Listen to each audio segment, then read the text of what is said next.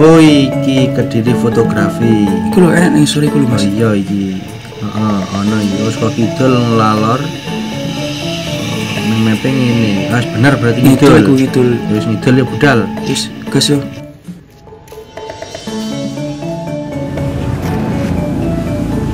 Oh iki to. Ya man ya. Ketok sih yo, Bang. Heeh. Serem ngene lho tampilannya. Wis jajal langsung mlebu piye ketoken. Wani ora we? Gawane aku. Gawane lho, Bang. Gawane aku. Wani sedang mlebu sedang. Iya lho ngene iki. Wis ngene ae nek dene awake dhewe iki wedi padha wedine wis maca selawat karo bismillah ya. Ben iso mlebu slamet, metu ya slamet ae. Bismillahirrahmanirrahim. Ya. Ayo totoken ae totoken. Assalamualaikum. Assalamualaikum. Waalaikumsalam warahmatullahi wabarakatuh. Masya Allah. Wis, ayo. Sampeyan, Mas. Sampean. Sampeyan, Mas. Kok iki? Tutupan kene lho. Yo wis ndang Bang. Ambo. Sampeyan nek opo bengi-bengi nyang rene? Dados ngeten, Pak. Teng dalu punika sepindah kula sowan mriki badhe silaturahim. Kaping kalihipun badhe nepangaken bilih asma kula Ainul Izzi Rahman Kurniawan, Kula Lukman Hakim. saking Magelang. Nah, terus kedatangan kami itu di sini tak lain ingin menanyakan terkait sejarah tentang kota Kediri, khususnya itu Jalan Doho. Dan kebetulan kota yang selama ini saya tempati di Magelang itu ada hubungan dengan kota Kediri. Terus menawi enten wekdal, kula nyuwun wekdalipun damel menjelasaken terkait sejarah kota Kediri khususipun Jalan Doho. Ya wes, penjaluanmu tak turuti. Saiki mlebu neng Kediri Photograph Museum, tak jelaske pertanyaanmu kabeh.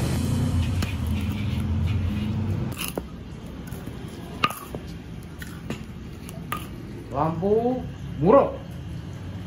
Ya, Ainul Izzi karo kancane monggo gimana?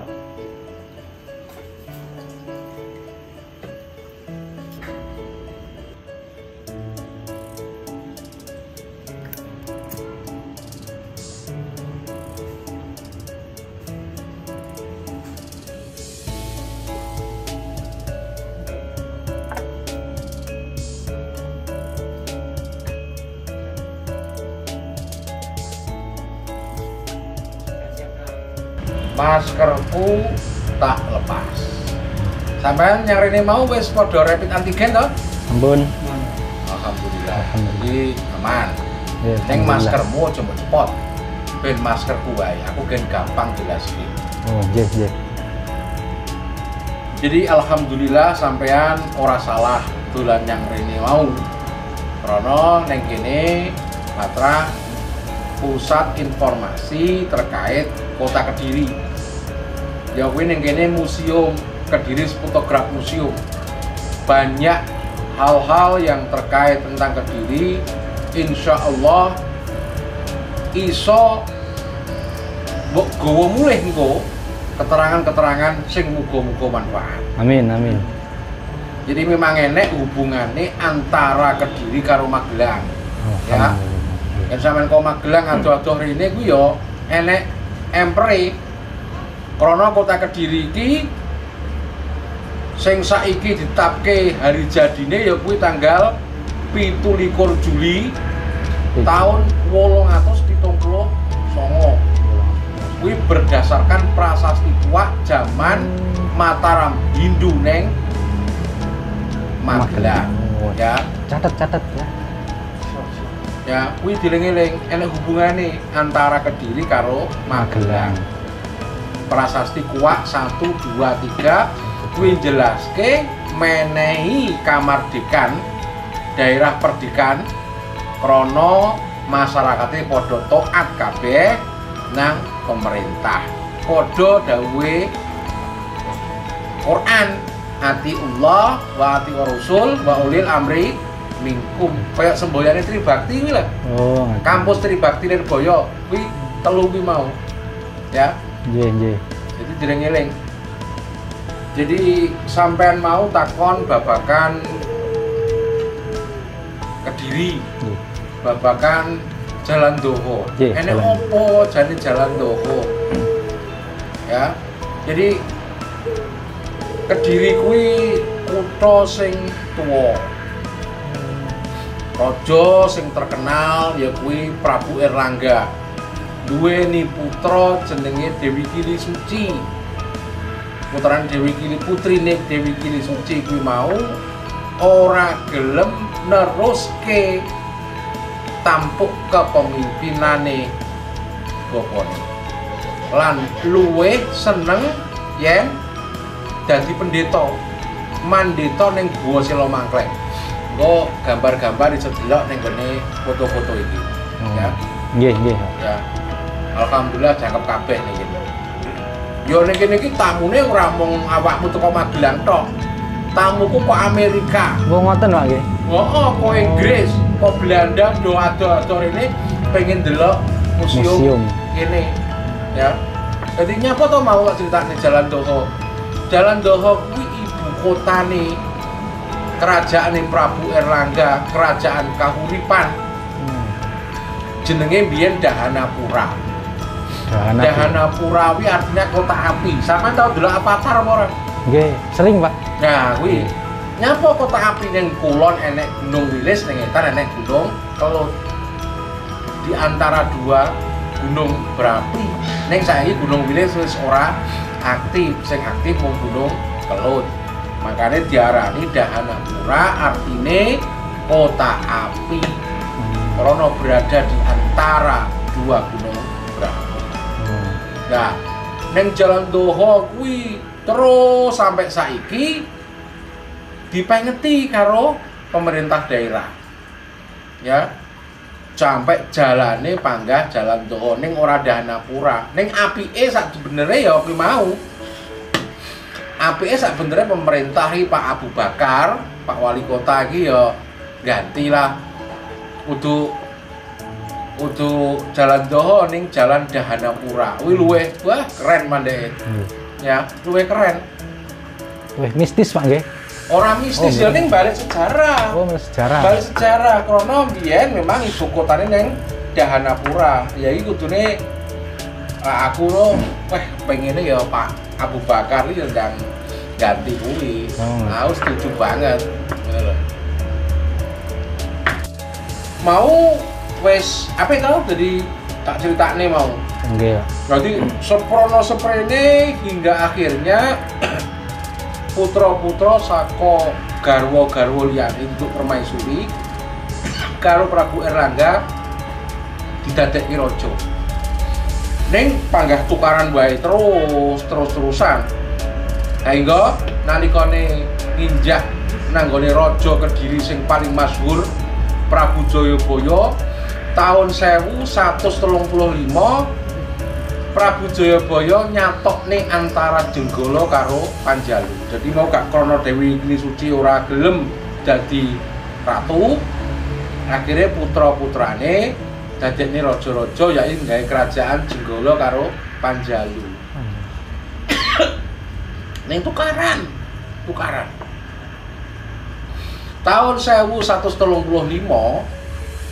akhirnya disatokne karo Prabu Jayabaya. Ya, disatokne iki mau ditandoi karo prasasti Hantang. Prasasti Hantang kuwi ngantang Malang. Semboyane apa? Panjalu Jayati, Kediri menang. Jadi kalimat Kediri itu jarang digunakan. Biyen gawe kalimat loro, yakni Doho karo Panjalu. Ya. Nek nang Kediri iki mung disebutke ana ing kitab jenenge Serat Calon Arang. Ya. Tapi lek sing paling masyhur biyen jenenge Doho karo Panjalu. Ya. Batuk rocokan. Nggih, Pak. Anu apa jenenge kakean ngombe es no. Musimin. Iya. Emang ya bojoku lali gak gaene wedang malah di sumeti dupa balik. Ya gak apa-apa lah. Obat nih. Jadi saiki aku ora krana wis bengi. Aku nyritakne singkat sing mbok karepke ning Jalan Doho. Jalan Doho kuwi critane dawa. Banyak jalan kenangan sing jaman semono ndadekke Jalan Doho iki masyhur. Bahkan ning nggone pemerintahan era Gemeente, pemerintahan kolonial Belanda, Jalan Doho kuwi tetep dadi jalan utama. Ya, itu jalan utama. Ini apa wae to ning Jalan Doho iki? Seprono semrene ewonan taun ya, Jalan Doho tetep misuwur. Napa niku, Pak? Nah, ning kono lak critane nek crita sing akeh banget. Engko muridku ya, muridku si Devi sing bakal jelasne ngancani awakmu yen menawa engko awakmu mlaku-mlaku ning Jalan Doho.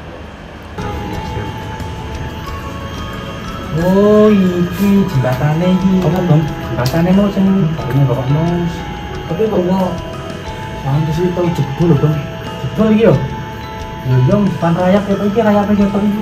Ada foto. Iki jembatane Kacil.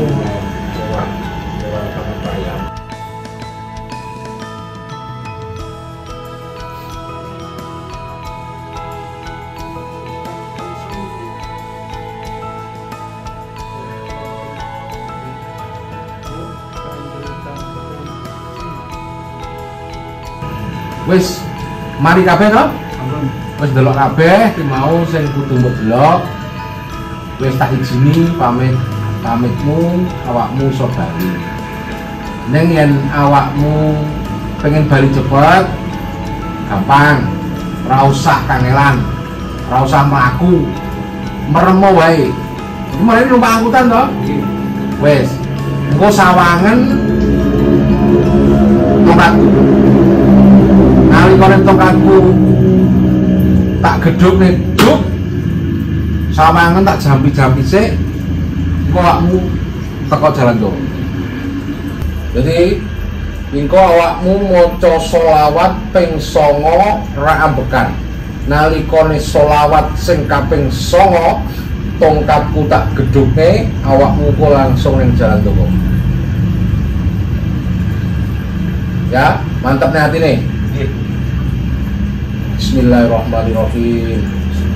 Sallallahu Muhammad, sallallahu Muhammad, sallallahu Muhammad, sallallahu Muhammad, sallallahu Muhammad, sallallahu Muhammad, sallallahu Muhammad, sallallahu Muhammad, sallallahu Muhammad. Loh, tekan ndi nek? Iki kene iki kepethuk to saiki ndewek. Sakti mbak Ibu yo. Sakti Mandraguna iki. Burung kene. Wis ngene, iki berhubung wektune wis dalu ya to, bengi. Piye awake dhewe saiki golek panggon gawe istirahat. Ya setuju aku ki, Bang. Sesuk terus ke piknike maneh ya. Oke, siap. yuk. Ayo.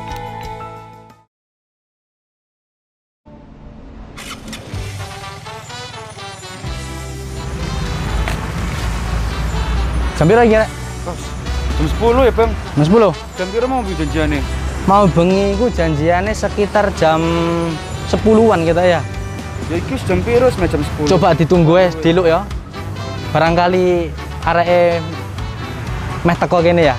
Dinteni ya. Dinteni karo ndelok-ndelok situasi tentang Kediri seperti ini loh. Di saat malam hari mulai menghampiri, ku naik skuter menuju warung kopi, melihat suasana di kota ini. Inilah kami anak Kediri. Loh. Ya, Mbak? Ini yang semalam ke rumahnya Mbah Jarok. Iya. Oh, sampean ya yang disuruh diamanati untuk kesini untuk menunjukkan TKP untuk daerah lokasi di Kediri. Oh, gitu. Ya, perkenalkan nama saya Enlizi. Dan ini Saya Lukman Hakim, Mbak. ya. Oke. Terima kasih sudah datang ke sini, Mbak ya. Coba silakan Mbak ditunjukkan di mana lokasinya Jalan Doho. Ya udah ini.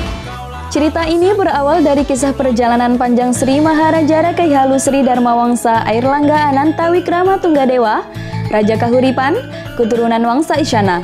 Wangsa Isyana adalah sebuah dinasti yang berkuasa di Kerajaan Medang periode Jawa Timur pada abad ke-10 sampai awal abad ke-11. Setelah peristiwa panjang yang dilaluinya sejak usia 16 tahun, Airlangga yang datang ke Jawa dari Bali ditempa dengan berbagai permasalahan besar dalam hidupnya. Kisah itu diawali dengan tragedi di Waton, ibu kota Kerajaan Medang, sekitar Mauspati, Magetan, Jawa Timur sekarang, pada tahun 1006 Masehi atau 928 Saka. Yakni saat pesta pernikahannya, Kerajaan Medang diserang Raja Wurawari dari Luaram yang sekarang dikenal dengan Ngeloram Cepu Blora.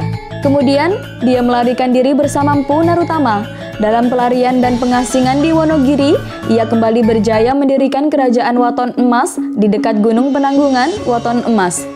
Sebagai penerus, Kerajaan Medang pernah diserang Raja Wanita dari Tulungagung, yakni Ratu Lodoyong. Peristiwa ini diceritakan dalam Prasasti Terep tahun 1032. Dari sini, ia menyusun kekuatan kembali sambil mendirikan istana baru di Kahuripan. Berdasarkan Prasasti Kamalagian tahun 1037, ibu kota kerajaan sudah pindah ke Kahuripan, yakni daerah Sidoarjo sekarang, meski akhirnya Raja Lodoyong juga berhasil dikalahkan. Airlangga juga memperluas wilayah kerajaan hingga ke Jawa Tengah, bahkan pengaruh kekuasaannya diakui sampai ke Bali. Menurut Prasasti Pamuatan tahun 1042, pusat kerajaan kemudian pindah ke Doho, yakni daerah Kediri sekarang. Pada tahun 1042, Airlangga turun takhta menjadi pendeta. Menurut Serat Calon Arang, ia kemudian bergelar Resi Airlangga Jatiningrat, sedangkan menurut Babat Tanah Jawi, ia bergelar Resi Gentayu. Namun, yang paling dapat dipercaya adalah Prasasti Ganda Kuti tahun 1042 yang menyebut gelar kependetaan Airlangga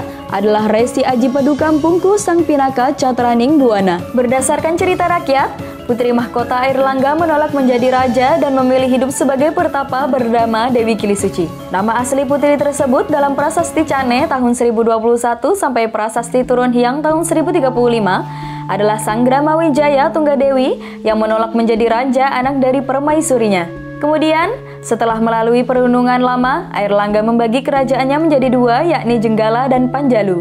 Airlangga lalu membagi dua wilayah kerajaannya. Mpu Barada ditugasi menetapkan perbatasan antara bagian barat dan timur. Peristiwa pembelaan ini tercatat dalam Serat Calon Arang, Negara Kertagama, dan Prasasti Turun Hyang II. Maka terciptalah dua kerajaan baru.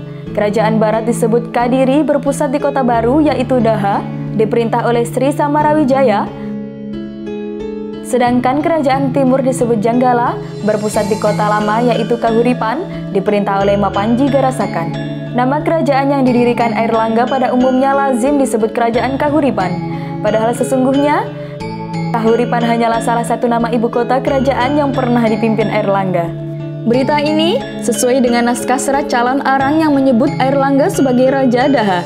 Bahkan, Negara Kertagama juga menyebut Airlangga sebagai Raja Panjalu yang berpusat di Daha atau Dahanapura yang sekarang menjadi pusat ibu kota, kota Kediri dan dijadikan Jalan Doho.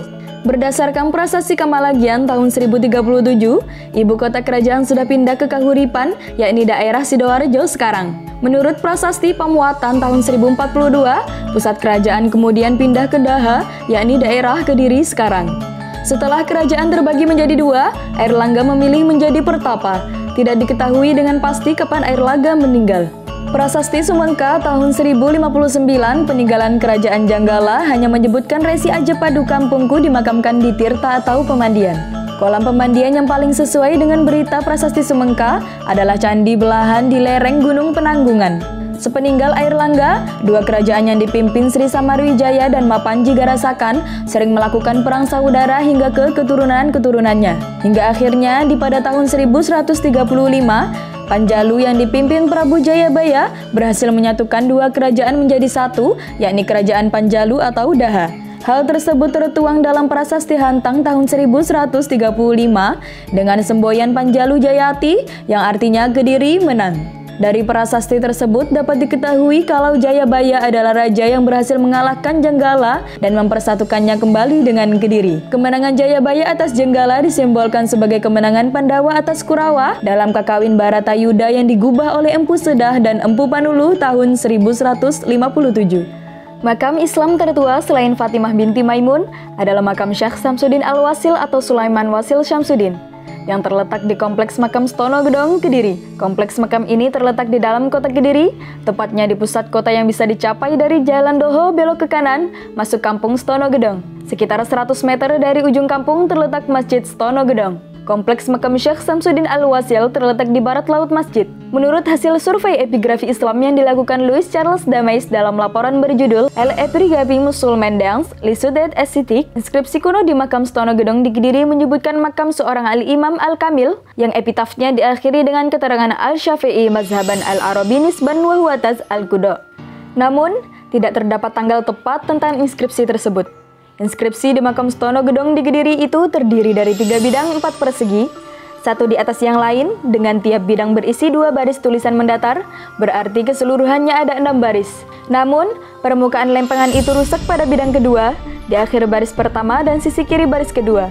Sedangkan di bidang ketiga hanya tampak beberapa huruf di awal baris pertama, serta sekelompok huruf terpisah di paruh kiri baris kedua. Menurut Claude Gill dan Lutfi Kalus, dalam Enigmatic Inskripsi Musulman di Makam de Kediri, kerusakan itu seperti disengaja terbukti dari pukulan-pukulan yang dilakukan oleh orang beragama Islam yang paham bahasa Arab. Karena para perusak tidak merusak nama Nabi dalam Al-Hijrah An-Nabawiyah setelah tanggalnya. Kelihatannya, bagian yang rusak itu seperti sengaja dimartil. Artinya tulisan itu sengaja dihapus. Masih menurut Claude Gill dan Lutfi Kalus, dalam inskripsi Stono Gedong tersebut ditemukan sejumlah kata yang unik dalam epigrafi Arab, seperti kata sifat al-wasil yang digunakan untuk menyifatkan sebuah kata benda, seperti bentuk partisipial al-mustakmil. Kata al-wasil dan al-mustakmil tidak ditemukan dalam Sisuhus Dekigrafi Islamik. Namun, kata al-wasil ini dihubungkan oleh masyarakat sebagai istilah yang berhubungan dengan tokoh suci yang dikebumikan di makam Stono Gedong. Sebaliknya, menurut Claude Gill dan Lutfi Kalus, yang penting dalam inskripsi itu adalah penggunaan kata benda dalam bentuk kasus langsung 3 kali untuk menyatakan satu keadaan yang berhubungan dengan almarhum. Yang pertama, Asy-Syafi'i Mazhaban, yang kedua, Al-Barkuhi, dan yang ketiga, Al-Bahraini. Claude Gill dan Lutfi Kalus menafsirkan ketiga kata dalam inskripsi tersebut berhubungan dengan tokoh yang dimakamkan di Stono Gedong. Pertama, kata Syafi'i Mazhaban merujuk pada penegasan bahwa tokoh yang terkubur di Stono Gedong itu bermazhab Syafi'i. Suatu hal yang tidak mengherankan di dunia Melayu. Tempat mazhab Syafi'i menjadi mazhab fikih paling dominan. Kedua, kata Al-Barkuhi bisa jadi berhubungan dengan kota Abarkuh atau Abarkuh, kota kecil di Iran antara Shiraz dan Yazd. Ketiga, kata Al-Bahraini mungkin berkaitan dengan Kepulauan Bahrain, atau juga dapat dihubungkan dengan suku Arab Al-Bahraniyun yang pada masa lampau berkelana di wilayah Irak. Profesor Dr. Habib Mustopo, guru besar Universitas Negeri Malang yang melakukan penelitian dengan basis data historis dan arkeologis menyimpulkan bahwa tokoh Syekh Samsudin Al-Wasil yang dikebumikan di makam Stono Gedong adalah ulama besar yang hidup pada abad ke-12, yaitu pada masa kerajaan Kediri. Jika nama Al-Wasil tercantum pada inskripsi Stono Gedong, nama Syamsuddin dicatat dalam historiografi Jawa yang tersimpan di Museum Nasional Jakarta. Di dalam historiografi Jawa tersebut, tokoh Syekh Samsudin Al-Wasil disebutkan sebagai ulama besar asal negeri Ngerum atau Rum Persia yang datang ke Kediri untuk berdakwah dan atas permintaan Raja Kediri, Sri Maharaji Mapanji Jayabaya, membahas kitab Musyaror yang berisi ilmu pengetahuan khusus seperti perbintangan atau ilmu falak dan nujum atau ramal-meramal. Naskah Serat Jangka Jayabaya yang muncul pada abad ke-17 yang diyakini masyarakat Jawa sebagai karya Sri Mapanji Jayabaya dalam meramal masa depan Nusantara dihubungkan dengan keberadaan tokoh Syekh Samsudin Al-Wasil yang berasal dari Rum Persia. Catatan historiografi Jawa yang menyebut bahwa tokoh Syekh Samsudin Al-Wasil berasal dari Rum Persia sedikitnya dibenarkan oleh inskripsi yang menunjukkan pada kata Al-Barkuhi yang berhubungan dengan kota kecil Abarkuh di Iran, Persia. Menurut satu versi pandangan, kisah tokoh Syekh Samsudin dalam hubungan dengan Sri Mapanji Jayabaya digambarkan sebagai hubungan guru dengan murid. Hubungan tersebut disinggung dalam Kakawin Hariwangsa pada epilog yang memaparkan keberadaan Sri Mapanji Jayabaya dan guru penasihatnya dalam gambaran yang menyatakan bahwa Wisnu telah pulang ke surga tetapi turun kembali ke bumi dalam bentuk Jayabaya pada zaman kali untuk menyelamatkan Jawa. Sebagai titisan Wisnu, Sri Mapanji Jayabaya ditemani oleh Agasya yang menitis dalam diri pendeta kepala Brahmin penasihat raja. Profesor Dr. Porbajaka dalam Agasya Inden Archipel memaparkan hubungan Jayabaya, titisan Wisnu, dengan gurunya, titisan Agasya, dengan mengutip sajak Kakawin Hariwangsa yang ditulis Empu Panuluh. Terminal Stand-Pot Kediri pertama berada di ujung jalan stasiun atau ke arah pintu masuk dari Jalan Doho menuju jalan stasiun. Stand-Pot ini dibangun dan difungsikan hampir bersamaan dengan berfungsinya stasiun Kediri. Seperti halnya stasiun Kediri, stasiunnya letaknya tepat di jalan stasiun yang berada di timur Jalan Doho, Kota Kediri, masih berdiri kokoh bangunan kuno yang dibangun sejak zaman pemerintahan Hindia Belanda. Imam Mubarak, pemerhati sejarah Kota Kediri, menuturkan pembangunan stasiun Kediri diperkirakan bersamaan dengan pembangunan jalur rel kereta api dari Sembung Kertosono Kediri sepanjang 36 km yang dikerjakan oleh perusahaan kereta api milik pemerintah Hindia Belanda, Staatspoorwegen pada tahun 1881. Sehingga stasiun Kediri ini termasuk salah satu stasiun tua yang ada di Jawa Timur. Dilihat dari bangunannya, stasiun Kediri menggunakan arsitektur bergaya Indis Empire. Gaya arsitektur ini merupakan gaya imperial yang pertama kali dipopulerkan oleh Gubernur Jenderal Hindia Belanda ke-36, Herman Willem Daendels pada tahun 1808 sampai 1811 Masehi. Gaya arsitektur ini ditandai dengan bangunan tembok tinggi kokoh yang pada pinggiran atapnya biasa diberi ornamen besi tempa, serta menggunakan jendela yang besar-besar dan memakai jalusi besi tuturnya. Gaya arsitektur yang megah namun mistis menjadi pertanda zaman, bukti sejarah yang kuat bahwa inilah atribut kebanggaan Kediri sebagai ibu kota karesidenan yang tua dan disegani. Efek dari multifungsi stasiun bukan hanya untuk tempat keberangkatan dan kedatangan kereta api saja, tapi bisa juga sebagai pusat perekonomian dan perkantoran. Stasiun Kediri memiliki gedung utama dengan luas 991 meter persegi yang berdiri di atas lahan seluas 991 meter persegi dan terdaftar sebagai aset PT Kereta Api Indonesia Persero. Dalam buku Buchandel Tan Kon Sui yang ditulis oleh Imam Mubarak, bagi generasi muda sekarang tak banyak yang tahu jika Kota Kediri, sebuah kota kecil yang hanya terdiri dari 3 kecamatan di Jawa Timur ini pernah memiliki orang hebat, bermodal dan memiliki idealisme untuk meningkatkan derajat bangsa Indonesia di awal abad ke-19. Orang itu justru bukan asli pribumi, dia keturunan Tionghoa bernama Tan Kon Sui. Tak ada yang tahu persis kapan Tan Kon Sui dilahirkan. Namun, dari berbagai keterangan keluarganya, diperkirakan ia lahir di Wonogiri, Jawa Tengah sekitar tahun 1833. Gagah, rambutnya panjang dikuncir berkumis, itulah gambaran tokoh yang vegetarian hingga akhir hidupnya sekitar tahun 1953. Keterangan Dr. Gigi Yoyo Sucahyogani, cicit Tan Kon Sui, kakek buyutnya adalah orang yang ulet dan berpendirian. Sebelum datang ke Kediri, berbagai pekerjaan pernah ia lakukan, salah satunya sebagai tukang rakit penyeberangan di Bengawan, Solo. Karena tekadnya yang luar biasa, selama merantau di Surakarta, Tan Kon Sui sering mencuri dengar pelajaran di sekolah kesatrian milik Sri Sunan Pakubuwono di Keraton Surakarta. Usahanya mencuri dengar itu akhirnya ketahuan. Kemudian oleh guru yang mengajar di sekolah kesatrian dipanggil dan disuruh ikut belajar. Tak banyak cerita bagaimana kisah selanjutnya. Tan menikah dengan gadis asal Surabaya bernama Lim Gien Nio. Setelah menikah inilah dia mencoba memulai usahanya di Kediri sebagai penerbit. Namun, saat itu usahanya tak bisa diandalkan lantaran ketatnya aturan pemerintah kolonial tentang usaha penerbitan membuatnya memiliki usaha sampingan. Salah satunya berdagang kerupuk, onderdil mobil hingga SPBU. Penerbit Tan Kon Sui sendiri lahir sekitar tahun 1915, beberapa tahun sebelum Balai Pustaka Penerbitan Besar di Jakarta yang dipelopori pemerintah Belanda berdiri sekitar tahun 1918. Buchandel Tan Kon Sui sendiri merupakan penerbitan yang memiliki tim yang handal. Tak tanggung-tanggung, Tan Kon Sui banyak dibantu oleh penulis-penulis Tionghoa seperti Chow Bo Sing, Tan Tek Sio atau Pangeran Penangret, Xiao Lian, Chow Hin Chio, dan Tan So Juan. Selain itu, sebagai penerbitan bergengsi yang berada di jantung ibu kota Kediri, tepatnya di Jalan Doho yang pernah sebagai pusat kerajaan Kediri, Tan Kon Sui tidak segan-segan mengundang para penulis dari berbagai daerah untuk bekerja sama sebagai mitra. Pujangga-pujangga terkenal dari Keraton Surakarta seperti Ki Patmo Susastro, Raden Tanoyo juga ikut merasakan manfaat Tan Kon Sui. Tak terbayangkan, tanpa Tan Hon Sui mungkin karya-karya besar mereka tak bakalan dikenal masyarakat luas. Pada zamannya, Bukadir Tan Hon Sui merupakan penerbit besar dan ternama, meskipun beroperasi dari kota kecil yakni kota Kediri. Kehadiran penerbitan Tan Hon Sui tentu saja ikut menandai era buku, menggantikan tradisi tutur yang sebelumnya banyak berkembang di Jawa, sebuah era baru dalam penggandaan karya tulis yang sebelumnya hanya dikenal dalam bentuk tedaan atau turunan yang ditulis tangan. Nah, itu tadi adalah sekilas sejarah Jalan Doho Kota Kediri. Semoga bermanfaat. Kami Komunikasi Penyiaran Islam Institut Agama Islam Tribakti Kediri mengucapkan terima kasih dan sampai jumpa.